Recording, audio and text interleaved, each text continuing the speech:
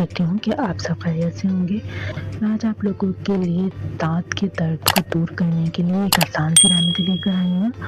उम्मीद करती हूँ कि मेरी बाकी रेमेडीज़ की तरह ये रेमेडी भी आप लोगों को पसंद आएगी। मेरी इसी तरह की आसान सी रेमेडीज़ को हासिल करने के लिए मेरे चैनल को सब्सक्राइब कीजिए।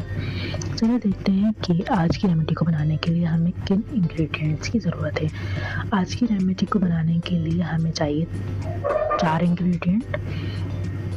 सबसे पहले आपने लेना है कलौंजी, नंबर 2 नमक, नंबर 3 खाने का सोडा, नंबर 4 पानी। 1 गिलास पानी ले लीजिए, उसके अंदर आप 1 चाय का चमचा कलौंजी शामिल करें और 1 चाय का चमचा नमक और 1 चाय का चमचा खाने वाला सोडा डाल दीजिए और इस पानी को उबालने के लिए रख दें। जब पानी नीम गर्म हो जाए तो इसको छानकर आप उस पानी से आप कुल्लियाँ करें और उस जगह पे इस पानी को कुछ देर के लिए रखें जिस दाढ़ में या दांत के अंदर आपके दर्द है, तकलीफ है। इस नीम गर्म पानी से उसकी सिकाई भी हो जाएगी और जो हमने इसके अंदर सोडा और नमक पारा डाला है उससे आपका दर्द भी खिंच जाएगा दांत का।